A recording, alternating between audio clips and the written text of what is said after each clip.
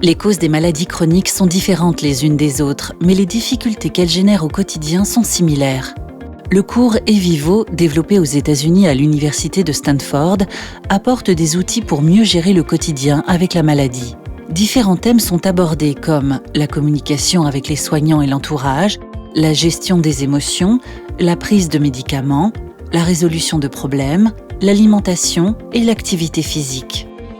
Chacun progresse à son rythme, selon ses besoins, ses possibilités et modifie ainsi durablement ses comportements.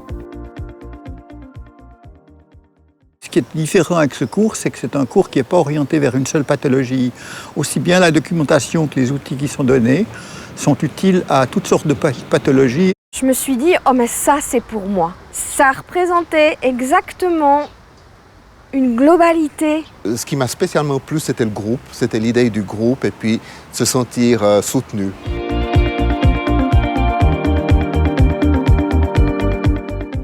Je m'étais fixé comme objectif de me faire une liste des tâches journalières.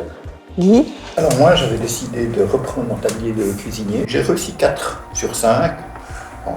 Moi, je sais que les habitudes mettent du temps à s'établir, donc j'ai confiance que ces buts seront atteints, mais il faut travailler ces habitudes. Moi, j'avais dit que 4 fois dans la semaine, je ne me resservirais pas en mangeant. Il y a 2 fois où j'ai aussi utilisé un petit truc, c'est que je suis allée à la cantine. Et à la cantine, il n'y a qu'une assiette, donc plus facile. On a moins cette notion de honte et cette notion de déranger quand on discute avec des gens qui comprennent et qui ne jugent pas. Il n'y a aucune barrière, même s'il devait y avoir les ethnies, la langue, l'âge ou tout ça, en fait, il n'y a rien, on parle la même langue. C'est surtout de se rendre compte qu'on n'est pas tout seul et puis que peu importe la maladie finalement. Il y a un lien fort, immédiat qui se crée.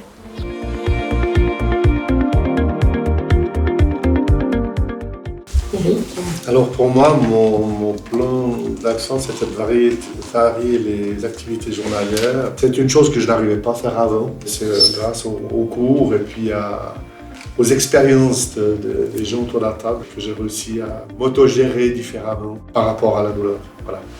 J'ai fixé comme plan d'action d'aller marcher tous les jours, 1 heure de temps. J'ai réussi 2 fois dans la semaine. Donc, Je pense qu'avec une copine, ça peut être quelque chose de très motivant. Voilà, le fait d'être 2, tu n'as pas envie de la lâcher, mais elle n'a pas envie de te lâcher, donc vous allez plus facilement le faire. D'autres idées ? Pastora, tu as dit que tu avais tenu l'objectif 2 fois dans la semaine. Donc ça serait peut-être déjà pas mal de faire plusieurs semaines avec ces 2 heures-là et d'y aller progressivement. Comme dans tout, les objectifs qu'on peut se poser, comme dans les plans d'action, il ne faut pas se mettre un objectif trop important au départ, plutôt le scinder en plus petit, et puis comme ça on a plus de chances d'y arriver concrètement et d'être satisfait finalement. C'est le but. Chacun cherche des solutions quotidiennes ou à moyen ou long terme, et les recettes que d'autres personnes ont trouvées peuvent nous être utiles, et les recettes que nous, que ce que soi-même on a mis au point, peuvent être utiles aux autres. C'est du partage. Je pars du principe qu'il y a la maladie, mais en fait c'est tout un ensemble de choses qui font la maladie. C'est pas juste identifier la sclérose en plaques, voilà, c'est quoi la sclérose en plaques, quoi. Mais par contre, quand on parle de douleur, quand on parle de fatigue, quand on parle de dépression, de stress, là c'est parlant.